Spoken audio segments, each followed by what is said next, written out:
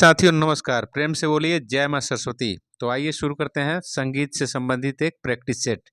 आने वाले BPSC TRE 4 net JRF CTET estate सभी परीक्षाएं जिसमें संगीत से प्रश्न पूछे जाएंगे, उन सभी परीक्षाओं के लिए बहुत बहुत लाभकारी सिद्ध होने वाला है वीडियो। आइए शुरू करते हैं। पहला प्रश्न इसमें पूछा जा रहा है, किसी छंद को ताल की मात्राओं में लाने के लिए किस शास्त्र की सहायता आवश्यक है? तो इसका सही उत्तर हो जाएगा, बताइए। सही उत्तर हो जाएगा आपका ए, पिंगल शास्त्र। ठीक है जी। क्या कौन सा शास्त्र? पिंगल शास्त्र। व्याख्या इसकी देखिए। व्याख्या में लिखा गया है, छंद की ताल की मात्राओं में, छंद की ताल की मात्राओं में लाने के लिए पिंगल शास्त्र की आवश्यकता पड़ती है। काकू, काकू का अर्थ है ध्वनि का उतार चढ़ाव। भरत ने काकू के 6 अंग माने हैं। पहला है स्वर काकू, राग काकू, अन्य राग काकू, देश काकू, क्षेत्र काकू और यंत्र काकू। ठीक है जी। भरत ने नाट्य शास्त्र के 17वें अध्याय में काकू का वर्णन किया है। पंडित सारंग देव ने परकीर्ण अध्याय में काकू का विवरण दिया है। ठीक है जी। अगला सवाल आपसे पूछा जा रहा है, देखिए अगला सवाल इसमें है, जिस ताल के विभागों में मात्राओं का आयोजन एक समान न होकर 2 अलग अलग प्रकार से होता है, उसे क्या कहा जाता है? तो 2 का सही उत्तर हो जाएगा आपका विषमपदी। ठीक है जी। विषमपदी, इसकी व्याख्या को देख लीजिए। इसकी व्याख्या को देखिए आप, इसका सही उत्तर हो जाएगा विषमपदी। इसकी व्याख्या को देखिए। व्याख्या में लिख रहा है, ताल के विभागों में मात्राओं में एक समान न होने पर उसे विषमपदी कहते हैं। जिस प्रकार एक ताल समपदी में आता है, क्योंकि इसमें आपको जो है 12 मात्राएं होती हैं और 6 विभाग, और प्रत्येक विभाग में 2 मात्राएं होती हैं, तो इसलिए इसको समपदी कहा जाता है। ठीक है जी। और इसलिए यह पदी के अंतर्गत ठीक उसी प्रकार झप ताल में देखिए 10 मात्राएं होती हैं, 4 विभाग, लेकिन हर एक विभाग में एक में 2, दूसरे में 3, तीसरे में 2, चौथे में आपको 3 मात्राएं होती हैं, तो ये विषमपदी हो गया। ठीक है जी। प्रत्येक विभाग में जब मात्राओं की संख्या समान होगी तो उसको समपदी कहेंगे, और अलग अलग होगी उसको विषमपदी। ठीक है। 3 नंबर सवाल आपसे पूछा जा रहा है, सांगीतिक रचना क्विंटेंट को प्रस्तुत करने हेतु कितने गायक अथवा वादकों की आवश्यकता होती है? तो सही उत्तर हो जाएगा इसका 5, बी होगा। 3 का क्या होगा जी? तो 3 का 5 आंसर हो जाएगा। ठीक है जी। क्विंटेंट को प्रस्तुत करने के लिए 5, देखिए 5 गायक या 5 वादकों। देखिए इसकी व्याख्या में क्या लिख रहा है, क्विंटेंट को प्रस्तुत करने के लिए 3 गायक वादकों की आवश्यकता पड़ती है। तो व्याख्या में देखिए, व्याख्या में आपको 3 लिखा है और ये ऑप्शन में 5 दे रहा है, तो आपका यहाँ पे मिस प्रिंट है। ठीक है जी। यहाँ पे होगा 5। ठीक है। अगला सवाल देख लीजिए। 4 नंबर सवाल देखिए। 4 नंबर पूछ रहा है, समान स्वरों के आधार पर सुमेलित कीजिए एवं सही कुट चुनिए। ठीक है जी। इसमें देखिए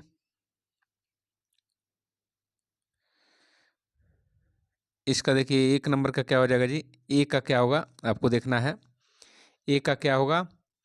तो 4 का सही उत्तर हो जाएगा ए, मतलब 1 का हो जाएगा 3, मतलब मोहनम। मोहनम आपका राग भूपाली का दक्षिण संगीत में नाम है मोहनम को। ठीक है जी। और देखिए दूसरा हिंडोलम। हिंडोलम जो है आपका, हिंडोलम किसको कहते हैं? तो दूसरा का 1, मतलब हिंडोलम को कहा जाता है मालकौंस। ठीक है जी।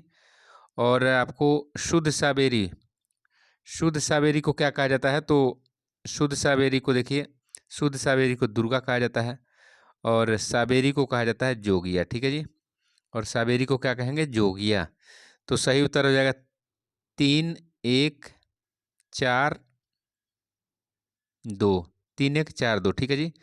3 1 4 2, ये आपका कूट होगा। ठीक है जी। 3 1 4 2, तो मिलाइए इसमें। 3 1 4 2 कहाँ दिया है? तो आपका ए में दे दिया है। ठीक है जी। 5 नंबर सवाल पढ़िए। 5 नंबर सवाल लिख रहा है, निम्नलिखित में से किस विद्वान ने श्रुति दर्पण के माध्यम से श्रुतियों के असमान अंतराल को स्पष्ट किया है? तो 5 का सही उत्तर हो जाएगा, 5 का सही उत्तर हो जाएगा आपका आचार्य बृहस्पति। ठीक है जी। व्याख्या इसका पढ़िए, व्याख्या इसका पढ़िए। आचार्य बृहस्पति के बारे में पढ़िए। व्याख्या में लिखा गया है कि आचार्य बृहस्पति ने श्रुति दर्पण के माध्यम से श्रुतियों के असमान अंतराल को स्पष्ट किया है। ठीक है। आचार्य बृहस्पति ने प्राचीन संगीत शास्त्र संबंधी गुत्थियों को सुलझाने में विशेष योगदान दिया है। इनकी बंदिशें अनगरंग नाम से प्रचलित है। अनगरंग नाम से प्रचलित किनकी बंदिशें हैं? तो आचार्य बृहस्पति का। ठीक है जी। आचार्य जी की कृतियों में भरत की संगीत सिद्धांत, संगीत चिंतामणि और मुसलमान और भारतीय संगीत आदि शामिल है। ठीक है। अगला सवाल देखिए, अगला सवाल आपसे 6 नंबर पूछा जा रहा है। 6 नंबर सवाल है, देखिए 6 नंबर सवाल। इसको आपको कूट को सुमेलित करना है। ठीक है जी। कूट को सुमेलित करिए। भट्ट लोलट, भट्ट शंकुक, अभिनव गुप्त और भट्ट नायक, और इन्होंने किस वाद का सृजन किया? तो इससे आपको सुमेलित करना। तो 6 का सही उत्तर हो जाएगा, 6 का सही उत्तर हो जाएगा आपका बी। बी मतलब होता है आपका इसका 1 का 4, मतलब भट्ट लोलट ने उत्पत्तिवाद को बनाया था। ठीक है। और बी में क्या हो जाएगा जी? बी का हो जाएगा 1 नंबर, मतलब भट्ट शंकुक ने अनुमितवाद दिया था। ठीक है। और अभिनव गुप्त, अभिनव गुप्त ने क्या दिया? तो अभिनव गुप्त ने अभिव्यक्तिवाद दिया। ठीक है जी। और भट्ट नायक ने क्या दिया? भुक्तिवाद। ठीक है। तो भट्ट नायक भट्ट नायक है और भट्ट से भुक्ति, तो इस तरह से आप कोलेट करिएगा। अभिनव गुप्त, अभिव्यक्ति, अभी इसमें भी है, देखिए इससे कोलेट करके आप याद कर लीजिए। और आपको भट्ट लोलक जो है उत्पत्तिवाद दिए, और आपको भट्ट शंकुक अनुमितवाद। ठीक है, याद रखना है आपको। तो सही उत्तर क्या हो जाएगा जी? 4, और उसके बाद आपका 1, उसके बाद आपका 2, और उसके बाद आपका 3। तो 4 1 2 3, 4 1 2 3। ठीक है जी। 4 1 2 3, देखिए 4 1 2 3 किस में है? तो 4 1 2 3 बी में है। ठीक है। इसकी व्याख्या को पढ़ लीजिए। 7 नंबर सवाल देखिए, 7 नंबर सवाल में लिखा जा रहा है, 7 नंबर सवाल में पूछा गया है लेजर लाइन्स का उपयोग होता है, किस में होता है? तो सही उत्तर क्या हो जाएगा जी? ए। आपका क्लेफ से अधिक स्वर लिखने हेतु लेजर लाइन का प्रयोग किया जाता है। ठीक है जी। तो सही उत्तर क्या हो जाएगा जी? आपका सही उत्तर हो जाएगा आपका ए। ठीक है।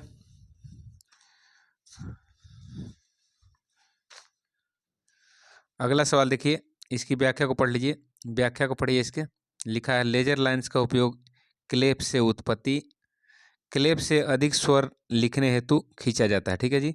लेजर लाइन ग्रेट स्टॉप में स्वर तार सप्तक को लिखने हो तो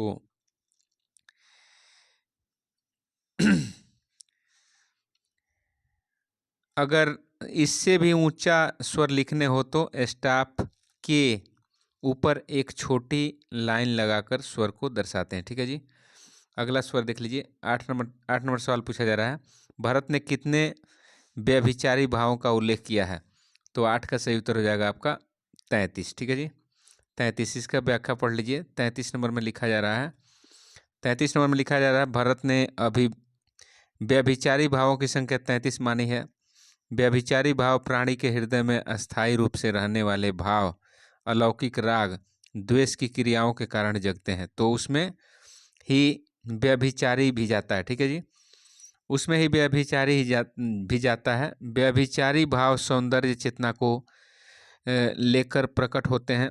भरत ने विभाव और अनुभवों के संयोग से रस की निष्पत्ति के बारे में बताया है। ठीक है। अगला सवाल देख लीजिए।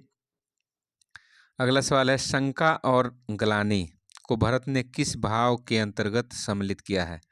शंका और ग्लानि को भरत जी ने किस भाव के अंतर्गत सम्मिलित किया है?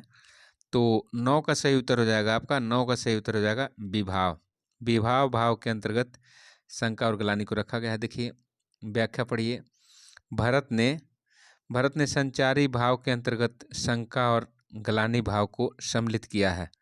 ठीक है जी।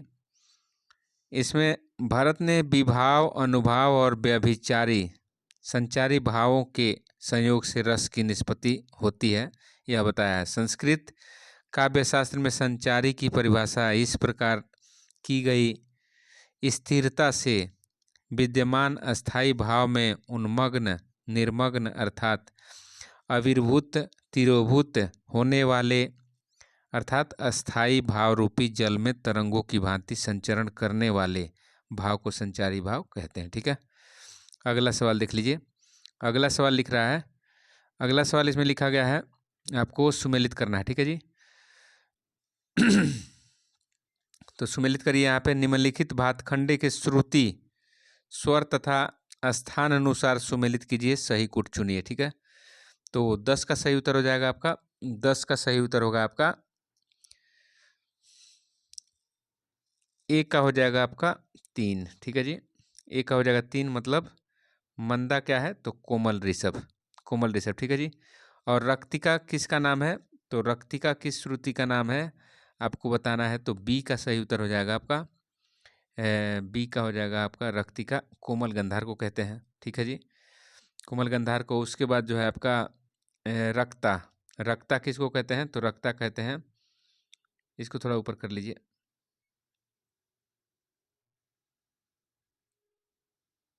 देखिए इसमें लिख रहा है मंदा, मंदा आपको बताया गया था, मंदा आपको किसको कहते हैं, तो कोमल ऋषभ को। ठीक है, और रक्तिका किसको कहते हैं, तो आपको कोमल गंधार को कहते हैं, कोमल गंधार को। उसके बाद जो है रक्ता किसको कहते हैं, कोमल धैवत को कहते हैं, और रम्या किसको कहते हैं, कोमल निषाद को। ठीक है जी, तो आपका सही उत्तर हो जाएगा आपका 3, 2, 4, 1, 3, 2, 4, 1 ए में है। ठीक है जी, अगला सवाल देख लीजिए। अगला सवाल आपसे पूछा जा रहा है, 11 नंबर सवाल पूछा जा रहा है, कौन सा राग रागांग राग नहीं है, कौन सा राग रागांग राग नहीं है, तो सही उत्तर इसका क्या हो जाएगा जी, सही उत्तर इसका देखिए, इसकी व्याख्या को पढ़ते हैं। देखिए ये प्रश्न त्रुटिपूर्ण है, भैरव तोड़ी नट, इसकी व्याख्या को देख लीजिए, ये प्रश्न गलत है। भैरव तोड़ी नट भीमपलासी रागांग राग की श्रेणी में आते हैं, तो कौन कौन, भैरव, तोड़ी नट और भीमपलासी, ये सभी रागांग राग की श्रेणी में आते हैं। रागांग वर्गीकरण, रागांग वर्गीकरण का जनक नारायण मोरेश्वर खरे को माना जाता है। रागांग का अर्थ होता है ऐसा स्वर समूह जो किसी राग को विशेषता प्रदान करता है, यह उस राग का मुख्य अंग होता है। ठीक है, अगला सवाल देख लीजिए। अगला सवाल इसमें पूछा जा रहा है, देखिए सोमेश्वर, सोमेश्वर भरत कलिनाथ एवं हनुमत मतों के अपने राग रागनी वर्गीकरण में किन 2 रागों को पुरुष राग माना गया है, तो किसको माना गया है आपको बताइए, तो 12 का सही उत्तर हो जाएगा आपका, राग मेघ और राग श्री को। ठीक है जी, देखिए व्याख्या पढ़ लीजिए, व्याख्या में लिखा गया है, श्री और राग मेघ को पुरुष राग की श्रेणी में रखा गया है। सोमेश्वर मत, इनके अनुसार 6 राग श्री राग, बसंत राग, पंचम राग, भैरव राग, मेघ राग और नट नारायण माने जाते हैं। इन्होंने 6 रागनियाँ मानी हैं। भरत मत, इनके मत के अनुसार भैरव राग मालकोस, हिंडोल, दीपक और श्री राग और राग मेघ, और इनके 5 रागनियाँ और 8 पुत्र और पुत्र वधु मानी जाती हैं। ठीक है जी, अगला सवाल देख लीजिए। अगला सवाल है, भिन्न को चुनिए, इसमें अलग कौन है, तो कृति पदम वर्णम त्रिपट, त्रिवट, इसमें अलग कौन है, तो 13 का सही उत्तर हो जाएगा, त्रिवट अलग है। ठीक है जी, त्रिवट अलग है। देखिए कैसे व्याख्या पढ़ते हैं, व्याख्या में लिखा गया है त्रिवट अलग कैसे है, तो पढ़िए व्याख्या। त्रिवट हिंदुस्तानी संगीत से संबंधित है, कृति पदम वर्णम ये सभी कर्नाटक संगीत से संबंधित है। ठीक है जी, त्रिवट क्या होता है, त्रिवट का अर्थ होता है 3 अंगों वाली गेय रचना सार्थक होती है, बोल, पखावज, तबले के बोल और तराने के बोल से युक्त रचना त्रिवट कहलाती है। ठीक है जी, 14 नंबर सवाल देखिए, 14 नंबर सवाल में लिखा गया है, इसमें अलग चुनिए, तो बड़े गुलाम अली खान, बरकत अली खान, सादिक अली खान और मनवर खान, तो इसमें जो है आपको सादिक अली खान अलग है। ठीक है जी, और ये तीन जो हैं आपको समझिए एक ही घराना से संबंधित हैं, तो आपको ये अलग हैं। तो बड़े गुलाम अली खान जो थे पटियाला घराने से संबंधित थे, तो ये किसी न किसी रूप में तीनों एक समान है, और ये 4 नंबर सादिक अली खान अलग है, ठीक है। 15 नंबर देखिए, भरत ने अंतर काकली युक्त मूर्छना को क्या कहा है? तो 15 का सही उत्तर हो जाएगा आपका, 15 का सही उत्तर हो जाएगा आपका साधारण क्रिया। साधारण क्रिया का है, ठीक है जी। अगला सवाल देख लीजिए, इसमें पढ़िए, भरत ने अंतर काकली युक्त मूर्छना के साधारण कृत कहा है, ठीक है जी। भरत ने अंतर तथा काकली ये दो अवस्थाएं विकृत बताई हैं। भरत के मतानुसार जब स्वर अपनी शुद्ध स्थिति से चढ़ जाए पर अगले स्वर तक न पहुँचे तो यह स्थिति साधारण कहलाती है, ठीक है जी। अगला सवाल देख लीजिए, अगला सवाल 16 नंबर पूछा जा रहा है। 16 नंबर सवाल है, देखिए, निम्नलिखित में से मध्यम और षड्ज वादी संवादी वाले राग चुनिए। तो आपको बताना है कौन कौन है। तो इसमें आपको 16 नंबर का सही उत्तर बताइए। तो 16 नंबर का सही उत्तर हो जाएगा आपका, 16 का सही उत्तर हो जाएगा, बहार में भी मध्यम और षड्ज वादी संवादी होता है। उसके बाद आपको भीमपलासी में भी होता है, और आपको राग बिहाग में भी होता है, ठीक है जी। राग बिहाग में नहीं, आपको 5 में होता है। मियाँ का सांप होता है यहाँ पे। इसकी व्याख्या को पढ़िए, देखिए व्याख्या में लिखा है, बहार राग वादी मध्यम और संवादी षड्ज है। भीमपलासी राग का वादी मध्यम और संवादी षड्ज है। मियाँ मल्हार का वादी मध्यम और संवादी षड्ज है। ये वाला आपको याद रखना है, ठीक है जी। बहार का वादी स्वर मध्यम और संवादी पंचम, भीमपलासी का भी वादी मध्यम और संवादी पंचम। तो एक क्या हो जाएगा जी, 1 3 5 सही उत्तर क्या हो जाएगा जी, 1 3 5। अगला सवाल देख लीजिए, अगला सवाल आपसे पूछा जा रहा है, यदि राग भैरव के शुद्ध गंधार निषाद को कोमल गंधार निषाद कर दिया जाए तो वह राग कौन सी बन जाएगी? तो राग कौन सी बनेगी आप बताइए। तो 17 का सही उत्तर हो जाएगा, 17 का सही उत्तर हो जाएगा आपका राग भैरवी, ठीक है। राग भैरवी में आप जानते हैं सभी कोमल स्वर लगते हैं। देखिए व्याख्या इसका पढ़ लीजिए, कह रहा है, राग भैरवी के गंधार निषाद को कोमल करने से, राग भैरव के गंधार निषाद को कोमल करने से भैरवी राग प्राप्त होता है। भैरवी थाट से उत्पन्न है, जाति संपूर्ण है, वादी मध्यम और संवादी षड्ज है, न्यास के स्वर मध्यम पंचम और षड्ज है, गायन समय प्रातःकाल होता है। संप्रकृति राग बिलासखानी तोड़ी है, यह उत्तरांग प्रधान राग है, ठीक है जी।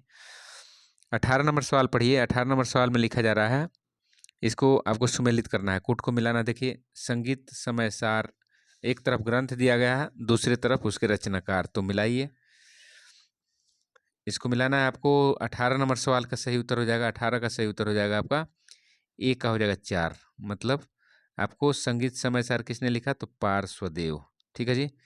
और वहीं राग विबोध किसने लिखा है? तो बी का सही उत्तर हो जाएगा आपका, बी का सही उत्तर हो जाएगा आपका, राग विबोध को लिखा है सोमनाथ ने, ठीक है जी।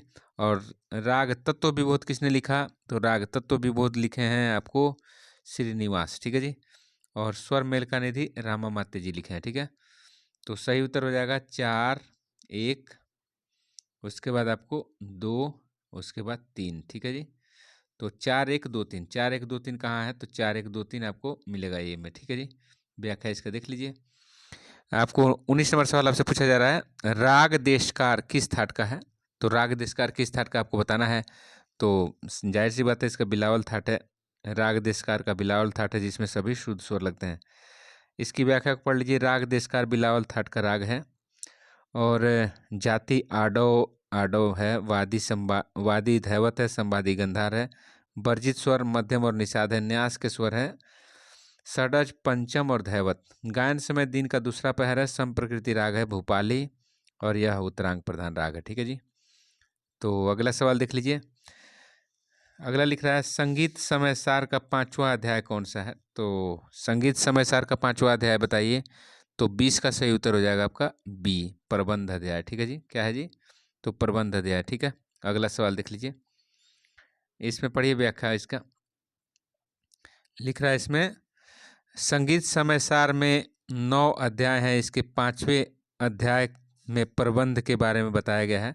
संगीत समय सार पार्श्वदेव द्वारा 13वीं शताब्दी का ग्रंथ है। इस ग्रंथ का संपादन आचार्य बृहस्पति ने इसका हिंदी में अनुवाद 1977 में किया। ठीक है जी।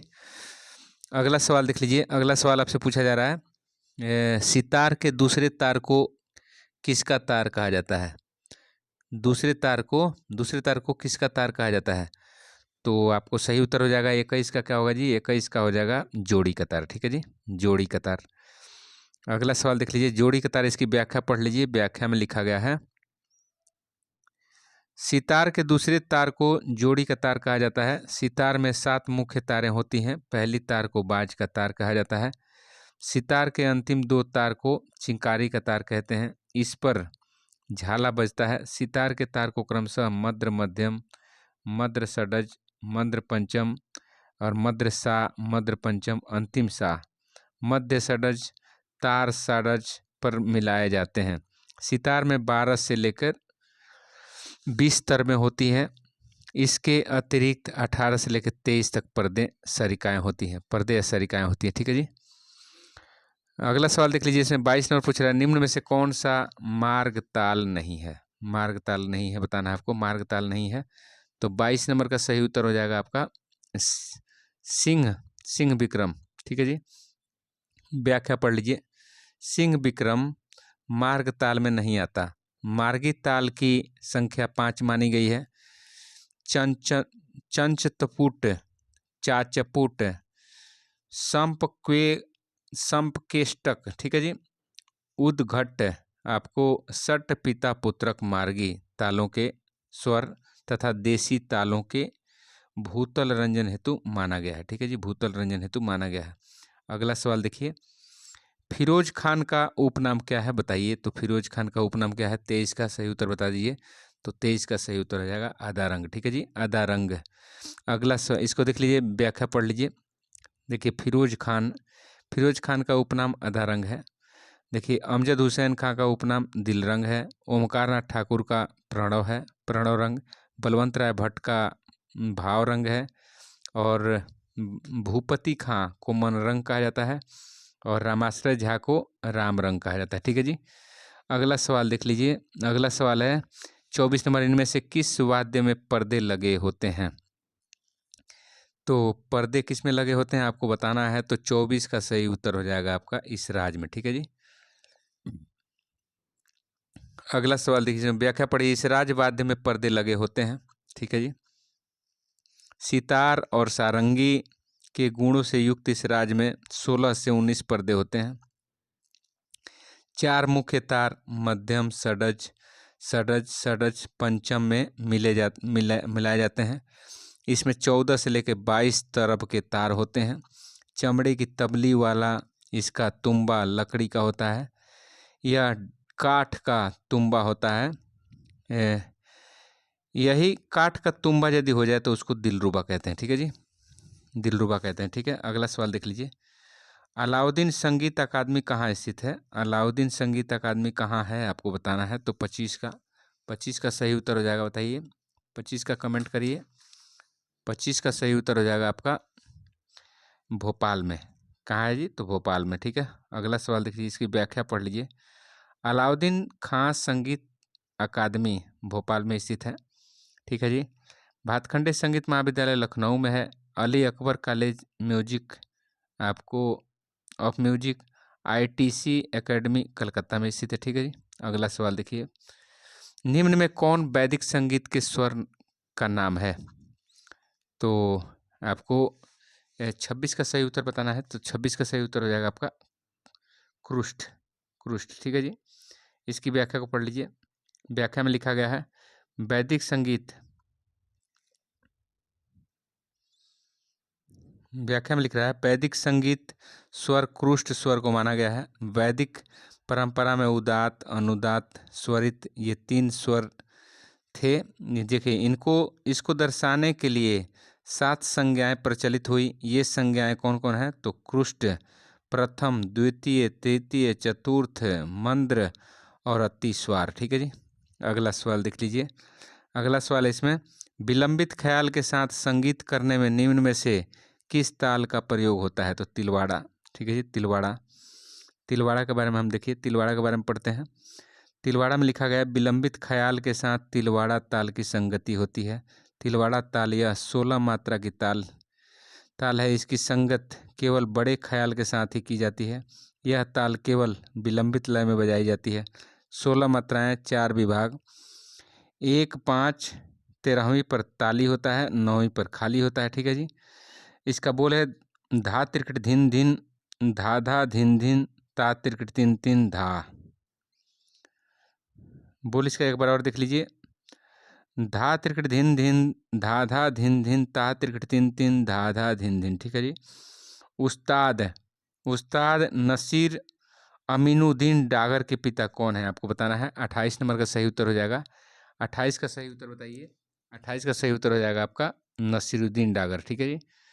व्याख्या पढ़ लीजिए। नसीरुद्दीन, देखिए, उस्ताद नसीर अभिनुद्दीन डागर के पिता का नाम क्या है? नसीरुद्दीन डागर। ठीक है। देखिए 29 नंबर सवाल पढ़िए। 29 नंबर सवाल लिखा गया है, निम्न में कौन से राग में निषाद वर्जित है? तो आप बताना है। तो 29 का सही उत्तर हो जाएगा आपका, 29 का सही उत्तर हो जाएगा आपका बंगाली भैरव।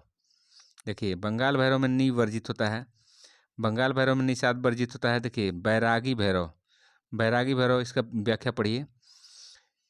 व्याख्या में लिख रहा है, बैरागी भैरव यह राग भैरव थाट का राग है। वादी मध्यम है, संवादी आपका षडज है, जाति औडव औडव है, गायन समय प्रातःकाल है। रामकली के बारे में बात करें तो भैरव थाट से उत्पन्न है, जाति संपूर्ण संपूर्ण, वादी मध्यम और संवादी षडज है। वादी इसका पंचम है और संवादी षडज है, गायन समय प्रातःकाल है। ठीक है। अगला व्याख्या देखिए, अगला सवाल देखिए, 30 नंबर सवाल है, निम्न में बेमेल को चुनिए। तो बेमेल को आपको चुनना है। तो आपको बेमेल को चुनना है। तो 30 का सही क्या होता है उत्तर जी? 30 का सही उत्तर हो जाएगा आपका सारंगी। देखिए, बेमेल सारंगी कैसे आपको बताना है? ये सितार देखिए, गिटार देखिए और तानपुरा देखिए, और सारंगी बताइए। सारंगी किससे बजाया जाता है? आपको भिन्न कैसे है आपको कमेंट करना है। ठीक है जी। देखिए, रजाखानी बाज के प्रवर्तक कौन थे? रजाखानी बाज के प्रवर्तक कौन है? 31 नंबर का सही उत्तर हो जाएगा, आपको बताइए। 31 का सही उत्तर हो जाएगा गुलाम रजा खां। क्या होगा जी? गुलाम रजा खां। गुलाम रजा खां हो गया। इसके व्याख्या को देख लीजिए। लिखा गया है, रजाखानी बाज के प्रवर्तक गुलाम रजा खां थे। ठीक है जी। गुलाम रजा ने ख्याल गायकी के तराना आदि के आधार पर मध्य तथा द्रुत लय की गतें बनाई। इस गत को रजाखानी गत शैली कहा जाने लगा।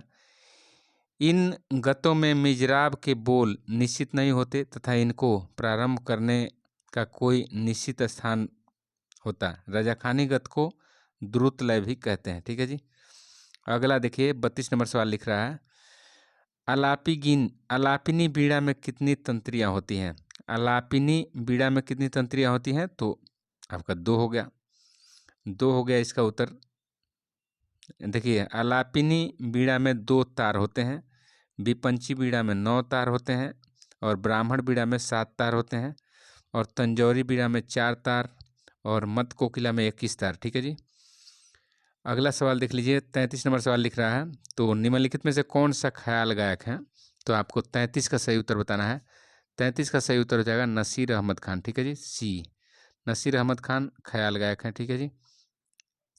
व्याख्या पढ़िए। नसीर अहमद खान ख्याल गायकी से संबंधित हैं। बेगम अख्तर गायन, बेगम अख्तर ठुमरी से संबंधित है। निखिल बनर्जी सितार वादक हैं। गायन मोदूबाई कुर्डीकर, हद्दू खां, हस्सू खां, शोभा गुरटू, सिद्धेश्वरी देवी, विनायक राव पटवर्धन इत्यादि। और सितार से संबंधित देखिए, बुद्धादित्य मुखर्जी, शाहिद परवेज, मुश्ताक अली खां, अमृत सेन, अमीर खां, इमदाद खां। ठीक है जी, ये सभी सितार से संबंधित। 34 नंबर सवाल पूछा जा रहा है, 34 नंबर सवाल देखिए, लिखा है यदि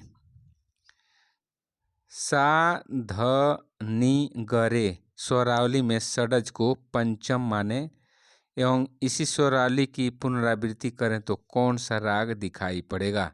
तो 34 का सही उत्तर हो जाएगा आपका राग हमीर। ठीक है जी, देखिए इसकी व्याख्या को पढ़ते हैं।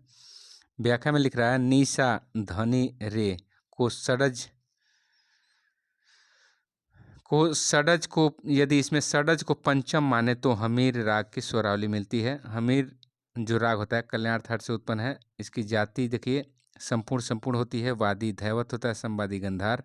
न्यास के स्वर षडज गंधार और धैवत गायन समय रात्रि का प्रथम पहर होता है। संप्रकृति राग कामोद और केदार है। ठीक है, 35 नंबर सवाल आपसे पूछा जा रहा है हिंदुस्तानी संगीत के शुद्ध गंधार के समकक्ष कर्नाटक संगीत का कौन सा स्वर है। आपको 35 नंबर का सही उत्तर बताना है। तो 35 का सही उत्तर हो जाएगा आपका अंतर्गंधार। ठीक है जी, क्या होगा जी, अंतर्गंधार। व्याख्या इसका पढ़ लीजिए। व्याख्या में लिखा है हिंदुस्तानी संगीत के शुद्ध गंधार के समकक्ष कर्नाटक में अंतर्गंधार को माना गया है। ठीक है, यहाँ पे देख लीजिए, व्याख्या में पढ़ लीजिए। उत्तरी स्वर, उत्तरी भारत संगीत का जो स्वर है दक्षिण भारत संगीत में उसके समतुल्य कौन है। तो षडज के बराबर षडज है। कोमल ऋषभ को शुद्ध ऋषभ कहा जाता है दक्षिण भारत में, और शुद्ध ऋषभ को चतुश्रुति रे या शुद्ध गंधार कहा जाता है दक्षिण भारत में। कोमल गंधार को साधारण गंधार या सट श्रुतिक ऋषभ कहा जाता है। शुद्ध गंधार को अंतर्गंधार कहा जाता है दक्षिण भारत में। ठीक है जी, और वहीं आपको उत्तर भारत में शुद्ध मध्यम को दक्षिण भारत में क्या कहा जाता है, शुद्ध मध्यम। ठीक है जी, और तीव्र मध्यम को उत्तर भारत में तीव्र मध्यम कहा जाता है, वहीं प्रति मध्यम कहा जाता है दक्षिण भारत में। पंचम को पंचम कहा जाता है दोनों पद्धतियों में। उत्तर भारत में कोमल धैवत कहा जाता है, तो वहीं चतुश्रुतिक धैवत या शुद्ध निषाद कहा जाता है दक्षिण भारत में। ठीक है, कोमल निषाद उत्तर भारत में कहा जाता है, तो वहीं कौशिक निषाद या सट श्रुतिक धैवत कहा जाता है दक्षिण भारत में। शुद्ध निषाद को दक्षिण भारत में काकली निषाद कहते हैं। ठीक है जी, अगला सवाल देख लीजिए। अनिबद्ध तथा निबद्ध में अंतर का कारण क्या है, आपको बताना है। तो 36 का सही उत्तर हो जाएगा। 36 का सही उत्तर हो जाएगा आपका ताल। निबद्ध और अनिबद्ध में अंतर किस कारण होता है, तो ताल। जो ताल में नहीं बधा है उसको अनिबद्ध और जो बधा है उसको निबद्ध कहते हैं। ठीक है, व्याख्या पढ़ लीजिए। निबद्ध तथा अनिबद्ध तथा निबद्ध में अंतर का कारण ताल है। ठीक है जी, अनिबद्ध ताल विहीन होता है। संगीत ही यदि मानव सुनता रहे तो हृदय में उसके उदासीनता आने लगती है, और दूसरी तरफ जैसे ही ताल शब्द में निबद्ध संगीत सुनता है तो उसकी हृदय में उल्लास आ जाती है। ठीक है जी, अगला सवाल देख लीजिए। अगला सवाल इसमें है संगीत रत्नाकर पर ब्रज भाषा में टीका का नाम क्या है। तो संगीत रत्नाकर पर जो ब्रज भाषा में टीका लिखा गया है उसका नाम है आपका सेतु। क्या नाम है जी, तो सेतु। उसका नाम क्या है, सेतु। अगला सवाल देख लीजिए। अगला इसका व्याख्या पढ़ लीजिए। संगीत रत्नाकर पर ब्रज भाषा में की गई टीका का नाम सेतु है, जिसकी रचना रीवा के महाराज विश्वनाथ सिंह ने 1853 के बीच में किया। दरबारी कवि गंगा राम ने भी सारंगदेव के रागों का वर्गीकरण 10 रागों में की। इन्होंने 11 विकृत और 7 शुद्ध स्वर एवं 18 जातियाँ मानी है। ठीक है, अगला सवाल देख लीजिए। भाव भट्ट ने कुल कितने ग्रंथ लिखे हैं। तो भाव भट्ट ने कुल कितने ग्रंथ लिखे हैं, 38 का सवाल हो जाएगा आपका 3। 38 का सही उत्तर हो जाएगा 3। तो भाव भट्ट ने 3 ग्रंथ कौन कौन लिखे आपको देखना है। देखिए व्याख्या देख लीजिए। व्याख्या में लिखा गया है कि भाव भट्ट ने कुल 3 ग्रंथ लिखे हैं। पहला अनूप संगीत विलास, दूसरा अनूप संगीत रत्नाकर, तीसरा अनूप संगीतांकुश। ठीक है जी, अनूप संगीत विलास इसको 17वीं शताब्दी के अंतिम दशक में लिखा गया। इसका शुद्ध सप्तक मुखारी है और इसमें स्वर और राग 2 अध्याय में बटे हैं। इसमें मेल वर्गीकरण अपनाया गया है। ठीक है, अनूप संगीत रत्नाकर इसके बारे में देखिए तो इसमें 2 अध्याय हैं। इसमें कितने अध्याय हैं, तो 2। इसमें 18 मुख्य रागों के अंतर्गत 148 राग भेद बताए गए हैं, जो कि वर्तमान रागांग वर्गीकरण के समान है। देखिए, अनूप संगीतांकुश, इसमें रागों का वर्गीकरण राग रागनी पद्धति के अनुसार किया गया है। इसमें हनुमत तथा भरत मतों के रागों को माना गया है। इसका भी शुद्ध सप्तक मुखारी ही है। ठीक है, अगला सवाल देखिए 39 नंबर पूछा गया है, राग भीमपलासी में किस स्वर को परिवर्तित करने से राग पट्टदीप बनता है। ठीक है जी, राग पट्टदीप बनता है आपको भीमपलासी के किस स्वर में परिवर्तन करने से। तो 39 का सही उत्तर हो जाएगा भाई, 39 का सही उत्तर हो जाएगा आपका कोमल निषाद में आप परिवर्तन करिएगा तो राग पट्टदीप बनता है। ठीक है, व्याख्या देख लीजिए इसकी। व्याख्या हम देखें तो लिखा गया है, राग भीमपलासी में निषाद को परिवर्तित करने से राग पट्टदीप बनता है। देखिए, भीमपलासी की बात करें काफी थाट से उत्पन्न है, जाति ऑडो संपूर्ण है, वादी मध्यम संवादी षडज है। इसके आरोह में ऋषभ धैवत वर्जित होता है, न्यास के स्वर हैं षडज मध्यम पंचम, गायन समय दिन का तीसरा पहर है। पट्टदीप काफी थाट का राग है, जाति ऑडो संपूर्ण है, वादी स्वर पंचम संवादी स्वर षडज है। ठीक है, इसके आरोह में ऋषभ और धैवत वर्जित होता है, न्यास के स्वर हैं षडज पंचम और निषाद, गायन समय इसका है दिन का चौथा पहर। देखिए, परिवादिनी किसका प्रकार है, 40 नंबर का सही उत्तर हो जाएगा। परिवादिनी किसका प्रकार है तो तत् का। ठीक है जी, किसका प्रकार है, तत् का। देखिए, इसका उत्तर व्याख्या देख लीजिए। परिवादिनी, देखिए परिवादिनी बीड़ा तत् वाद्य यंत्र की श्रेणी में आता है। तत् वाद्यों का अर्थ होता है उन वाद्यों से जिनके निर्माण जो तारों से होता है। ठीक है, देखिए इन वाद्यों को गज से, कोण से, लकड़ी से, मिजराब आदि से बजाया जाता है। जैसे बीड़ा हो गया, इसराज हो गया, दिलरुबा हो गया, तानपुरा हो गया, एकतार हो गया, सारंगी हो गया, वायलिन, सितार, सरोद। ठीक है जी, ये सभी तत्व में आते हैं। ठीक है, सुशीर हवा से बजते हैं। अगला सवाल 41 नंबर, चतुष्कल क्या है। तो 41 का सही उत्तर हो जाएगा, चतुष्कल क्या है जी, तो ये है विलंबित लय वाला। विलंबित लय वाला को चतुष्कल कहते हैं। ठीक है जी, चतुष्कल। पढ़िए व्याख्या इसका लिखा है, व्याख्या इसका पढ़िए। व्याख्या में लिखा गया है, चतुष्कल विलंबित लय का एक प्रकार है। विलंबित लय एक ताल तिलवाड़ा ताल में गाई जाती है। द्रुत लय 3 ताल झपताल कहरवा ताल में गाई जाती है। गमक के प्रकार 15 बताए गए हैं संगीत रत्नाकर में सारंग देव ने, और अहोबल ने संगीत परिजात में 20 प्रकार के गमक माने हैं। देखिए, तान के प्रकार महर्षि भरत ने कुल मिलाकर 84 तान बताए हैं, 84 प्रकार के तान बताए हैं भरत जी, और जिसमें षडज ऑडो तान 49 ताने मानी गई है, और मध्यम ग्राम की साडो ऑडो 35 ताने मानी गई है। ठीक है, अगला सवाल देखिए, कूट आपको कथन और कारण देखना है। तो कथन लिखा गया है 42 नंबर में। 42 नंबर में लिखा गया है कि कथन में लिखा गया है कि मियाँ मल्हार, बहार और बसंत ये ऋतुकालीन राग है। ठीक है, तो कारण इसका दिया गया है, ऋतुकालीन राग निर्धारित ऋतु में कभी भी गाए बजाए जा सकते हैं। तो 42 का सही उत्तर हो जाएगा आपका। कथन और कारण दोनों सही है, दोनों सही है। ठीक है जी, तो इसकी व्याख्या में देख लीजिए, कथन कारण दोनों सही है, कहाँ लिखा है तो आपका डी हो गया। ठीक है जी, डी हो गया। अब इसका अगला सवाल देखिए आप, 43 नंबर सवाल। 43 नंबर सवाल आपसे पूछा जा रहा है। 43 नंबर सवाल पढ़िए। 43 नंबर सवाल हम स्क्रॉल कर रहे हैं। 43 नंबर सवाल देखिए, लिख रहा है, कालोपनता किसकी मूर्छना है। कालोपनता किसकी मूर्छना है, तो सही उत्तर हो जाएगा मध्यम ग्राम की। ठीक है जी, क्या होगा जी, मध्यम ग्राम की।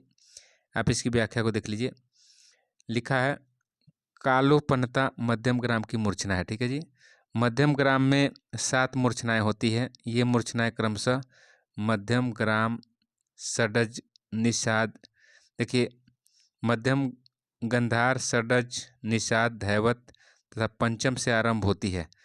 इसके नाम देखिए, सौवीरी, हरिडास्वा, कलोपनता, शुद्ध मध्यम, मार्गी, पौखी और हृदय का। ठीक है जी, अगला देखिए, इसमें आपको 44 नंबर में मिलान करना है। ठीक है जी, एक तरफ आपको दिया है भिन्न जोड़ी इसमें कौन है, तो 44 का सही उत्तर हो जाएगा आपका। 44 का सही उत्तर हो जाएगा डी।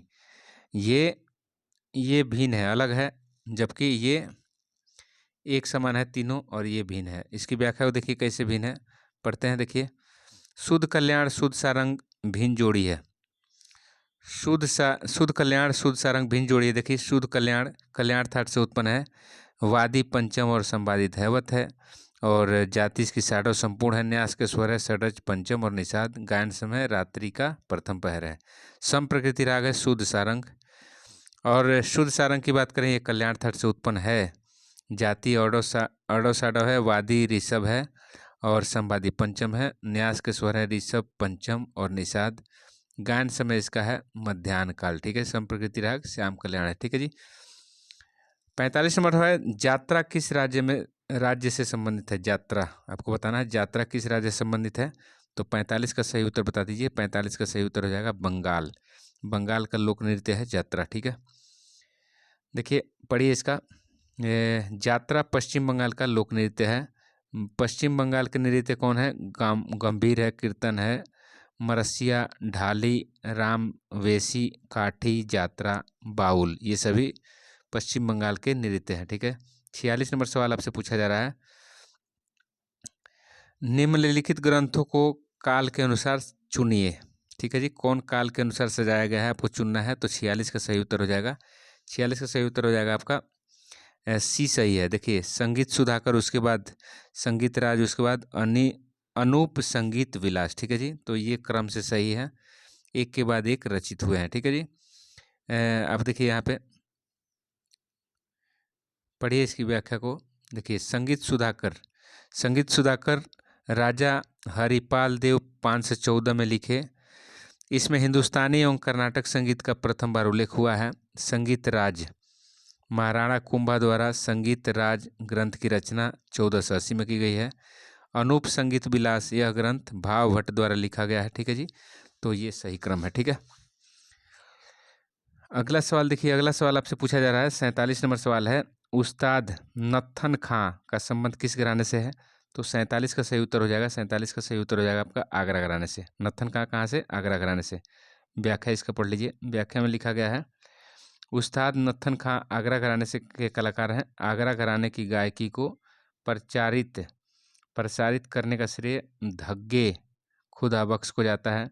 आगरा घराने के अन्य कलाकार कौन हैं? अली बख्श, फतेह अली खां, अलादिया खां, इनायत हुसैन खां, उमराव खां, नज़ीर खां, बिलायत हुसैन खां, गफूर खां, फिरदौसी बाई। ठीक है जी, अगला 48 नंबर सवाल में लिखा जा रहा है, कोमल रेगा रेसा किसका अंग है आपको बताना है। तो बताइए तोड़ी का है या पूर्वी का है। तो 48 का सही उत्तर हो जाएगा आपका राग तोड़ी। ठीक है, यहाँ पे देखिए व्याख्या पढ़िए। व्याख्या में लिखा गया है, रेगा रेसा तोड़ी अंग का स्वर है। तोड़ी राग तोड़ी थाट से उत्पन्न है। जाति संपूर्ण है। वादी कोमल धैवत, संवादी कोमल गंधार। न्यास के स्वर हैं गंधार और धैवत। गायन समय इसका दिन का दूसरा पहर है। सम प्रकृति राग इसका गुर्जरी तोड़ी है। ठीक है जी, अगला सवाल देख लीजिए। 49 नंबर में पूछा गया है, इसमें कूट में मिलाना है आपको। इसको मिलाइए। एक तरफ दिया है, इधर वाद्य यंत्र दिया है सूची 2 में, और एक तरफ उसके वादक हैं। तो मिलाना है आपको। सही उत्तर क्या होगा? तो अली अकबर खां क्या बजाते हैं आप बताइए। अली अकबर खां क्या बजाते हैं? इसका सही उत्तर हो जाएगा 49 का सही उत्तर हो जाएगा अली अकबर खां। आपको अली अकबर खां बजाते हैं सरोद। ठीक है जी, सरोद हो गए। किशन महाराज क्या बजाते हैं? किशन महाराज बजाते हैं तबला। ठीक है जी, और बिलायत खां क्या बजाते हैं आप बताइए। बिलायत खां क्या बजाते हैं? तो बिलायत खां बजाते हैं आपको सितार बजाते हैं। बिलायत खां सितार बजाते हैं। और बीजी जोग वायलिन बजाते हैं। बीजी जोग वायलिन बजाते हैं। तो आपका सही उत्तर हो जाएगा यहाँ 3। उसके बाद आपका हो गया 3 के बाद 4, 3 4, उसके बाद आपको 2 और उसके बाद 1। 3 4 2 1 कहाँ है? 3 4 2 1 देखिए, 3 4 2 1 कहाँ है? तो डी में। ठीक है जी, 50 नंबर सवाल देखिए। 50 नंबर सवाल लिख रहा है, कौन सा राग खमाज थाट का नहीं है। कौन सा राग खमाज थाट का नहीं है? 50 का सही उत्तर बता दीजिए। तो 50 का सही उत्तर है पिल्लू। पिल्लू जो राग है वो खमाज थाट से उत्पन्न नहीं है। व्याख्या इसका पढ़ते हैं। देखिए पिल्लू खमाज थाट का राग नहीं है। पिल्लू काफी थाट से उत्पन्न होता है। जाति संपूर्ण है। वादी गंधार, संवादी निषाद है। गायन समय दिन का तीसरा पहर है। तो आज की वीडियो में हम इतना ही पढ़ते हैं। अगले वीडियो में फिर मिलेंगे, तब तक के लिए जय हिंद जय भारत। चैनल को लाइक करिए, सब्सक्राइब करिए, मित्रों में शेयर करिए। ज्ञान बांटने से ज्ञान बढ़ता है। और आपको लाइक और कमेंट शेयर करना चाहिए, सब्सक्राइब करना चाहिए, ताकि मुझे मोटिवेशन मिल सके। मैं आपके लिए मेहनत कर रहा हूँ, आपकी नौकरी पक्की लगेगी। तो best of luck. Thank you.